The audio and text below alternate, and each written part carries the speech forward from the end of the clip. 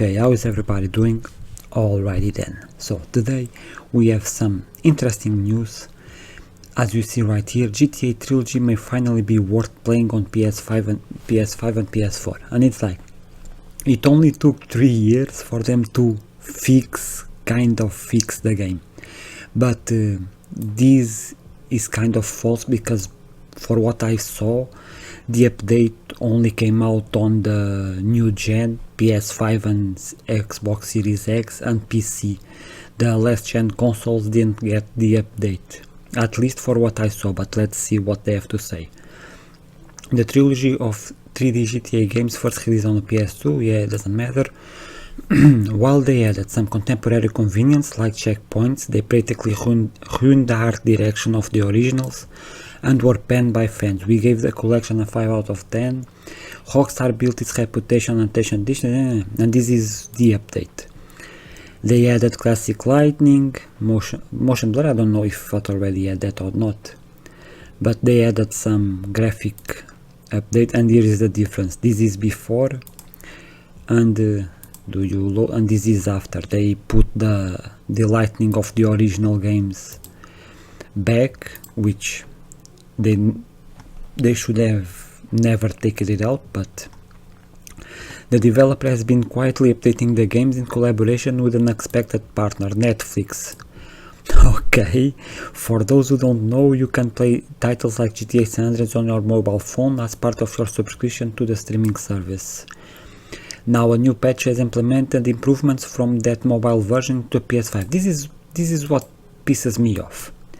So when they made the trilogy, the definitive edition, they grabbed the mobile version of the games and they put it on consoles, and now they are updating the mobile versions of the game first, and only after are they going to update the consoles. And this is why this trilogy definitive edition, remaster, whatever, was such in a bad state, because they are prioritizing the mobile version. That is stupid. This is a console game, it should be prioritized on consoles. Simple as that. A toggle named Classic Lighting maintains the original PS2 era art direction. Character models have also been improved, while fog effects have returned to give the games that hazy look they are known for. We'll spend more time with the remasters. Of course, Rockstar deserves no real credit here. These classes shouldn't have been butchered in the first place. That is true. Because look at this. It took 3 years for them to put the games in a kind of a decent state. It's like you buy a bugged game, don't worry, you just have to wait it's only 3 years until we fix it. Only 3 years. It's not that long. You can wait 3 years, right?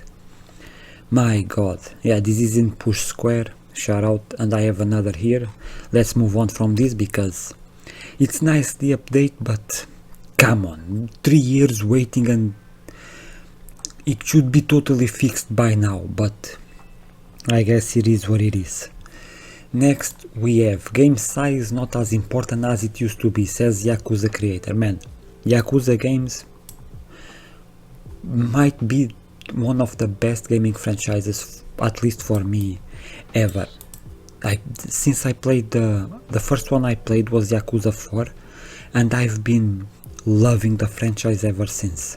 I've played, I haven't played the last one, but I intend to. But man, such great games with great stories, great gameplay, awesome. If you never play them, I really recommend trying at least one to see if you like it, because such great games. Yakuza Like a Dragon creator Toshihiro Nagoshi says the era of games needing to be as big as possible is fast coming to an end. I agree. With a non-stop onslaught of game releases fighting for players' limited free time, Nagoshi says it's only natural that games will be judged less harshly on their size as the volume increases. And this is the thing. I always was of this mindset that we don't need longer games, we just need good games. And one of my favorite games from the PS4, I know many people don't like it, but it was The Order 1886. I love that game. Sure, it was short, only like 5 to 6 hours, but man, it was so good. If they ever did a sequel, I think it would have been a great franchise for PlayStation, but we are long past that. In an interview with Famitsu, Nagoshi, who left RGG Studios several years ago to make an announced new game for NetEase at Nagoshi Studio, explained that he wants to make a game that is fun to play but isn't too much of a hassle. Diving deeper, Nagoshi explained his reasoning for the rationale. Excuse me. I think that the number of console games in the lives of ordinary game fans may be a little excessive. There are still many titles being released, but I feel that the era of games where the volume is the selling point is coming to an end. When Famitsu reporter suggested that sometimes a large map can be a good thing provided varied quantity is there, Natoshi agreed. That's the point, you could fill it in with some element to create a sense of density. But it's not modern to have similar experience repeated over and over again. I feel like the time to decide what the right size is to balance everything is coming up soon. And this is a great point because, for example, The Witcher 3. Every side story in The Witcher 3 was awesome. It had the cutscenes, they were all different. And then you look, for example, like Assassin's Creed, and the side quests are all the same. It's go grab this, go grab that, go kill this number of enemies, go kill that number of enemies. They are all the same. With The Witcher it was awesome because every side quest was different, it felt different, it had a story and a backstory behind it. In the Assassin's Creed, for example, you are only doing that for doing that, to fill up space in the map, basically. And that is what I think he's talking about right here, experience repeated over and over again. And when the game has like 100, 200 side quests and they are basically all the same, that makes the game boring and we get sick of it quick. But if it's like the Witcher game, The Witcher 3 or even Witcher 2, the first one it's kind of but at least in The Witcher 3 every side quest felt different, and that is what makes The Witcher 3 one of, if not the best game ever. What do you think? Does Nagoshi feel ring true to you? Yes, it does. In a way, I'm kind of sick and tired of these open world 100 hours to beat the game. It's like, enough. I want back my single player games, like 8 to 10 hours story, and that's it. If you wanna do kind of extra modes for the game or co-op or a multiplayer for this, like I said, like I talk about multiplayer, this is one thing that pisses me off in a way. How is it that in the PS3 era we had so many games released and they had a story, and the multiplayer mode was an extra mode for you to enjoy, and now they can't do that anymore? It's only a single player mode or it's only a multiplayer game. Why not make a game that has both? Release it with a single player story. For example, Uncharted, it's a great example. Single player game, great story, great gameplay, and then it had the extra mode for multiplayer that was also awesome to play and fun to enjoy. Now it's like you can only have or single player or multiplayer. It's rare the game that comes with both. I know that Warhammer Space Marine 2 has the single player and the multiplayer, and Call of Duty also has that, but it's rare to have that nowadays. But in a way, it's a good thing because they can focus more on the single player side of things, and if a game is only multiplayer, they can focus more on the multiplayer.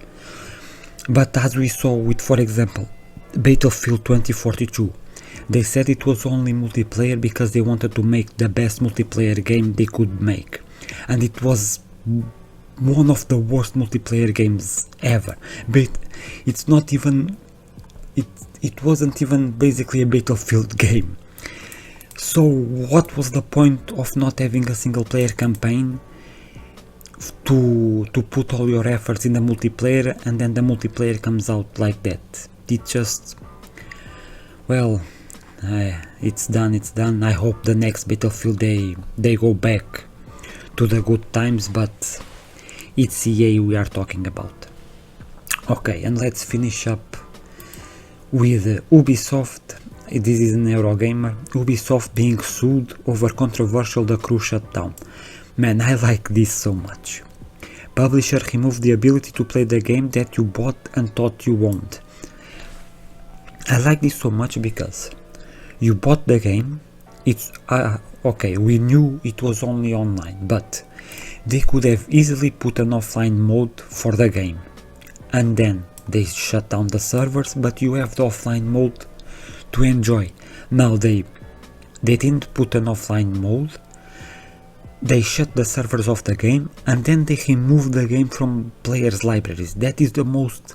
And I had the game on Ubisoft, and it is gone. I can download, I can't do nothing. I don't even have it on my library. It's like, that is so stupid, and that is why I will always prefer the physical games. I know the convenience of the digital games, but for me physical will always be the best. Let's see what it says. Ubisoft shutdown of The Crew has sparked a legal challenge from two fans who have this month filed to begin a class action lawsuit.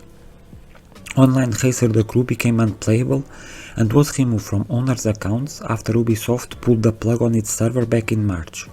The game was 10 years old and had been replaced by by a successor. But Ubisoft's decision still sparked wider concern among video game fans, increasingly concerned about preservation and consumer rights. This is what I mean. Imagine you buy a pinball machine and years later you enter your den to go play it, only to discover that all the pedals are missing, the pinball and bumpers are gone, and the monitor that proudly displayed your unsaleable score is removed. The plaintiff's lawyers wrote in the new lawsuit at first reported by Polygon. Turns out the pinball manufacturer decided to come into your home, gut the insides of the pinball machine, and remove your ability to play the game that you bought and thought you owned. Exactly. But here's the thing. If I have the physical edition of the game, if they want to take it away, they have to come here and take it from me, and it's not gonna be easy. I will fight them until I can't no more. The lawsuit alleges that its plaintiffs, and likely many others, were unaware that legally they own only a license of the software, even if they own the physical copy, and would not have purchased the game if they had been aware of its eventual complete shutdown. We announced on December 14, 2023 that after almost a decade of support, this is the, while we understand, and okay. Have since signed a petition, almost 400,000 people have since signed a petition to the EU that calls for measures to ensure games remain playable, get legal backing, specifically that games remain in a working state with an offline mode when publisher support does wind down. And I agree with that. It's like, there are so many games, and more of the Ubisoft, because they do the same thing with Assassin's Creed. They have so many games that are only single player, but you have to connect to the internet to play them. And it's like, even I talked earlier about the Call of Duty. In Call of Duty, to play the campaign, the single player campaign, you have to be connected to the internet. That is so stupid. If I have a problem with my internet and I can't connect to the internet, then I can't play my single player game. How stupid is that? When the game goes into maintenance, I can play my single player game because I can't connect to the servers. This is why this idea they have to put single player games have to be connected to the internet all the time is stupid, and it needs to end. At least have the option there. You can play connected to the internet, or you can play offline single player without bother. Just have the two options. Simple as that. But well, it's Ubisoft we are talking about. They are stupid idiots over there. They are destroying their own company for their stupid ideas. And man, I've been a long time fan of Assassin's Creed, and I love the Assassin's Creed franchise, but for the decisions they have been made lately, they deserve everything that's coming against them. They really do. I don't think Ubisoft should or will shut down, but they need a complete revamp of the studios and an overall change of how they do things, because as it stands right now, it's not in a good place. But that is my opinion. Let me know what you guys think below. Remember, if you buy a bugged game, you only have to wait 3 years to kind of play it again to get fixed. I hope you guys enjoyed the video. Thank you guys for watching, and I'll see you next time.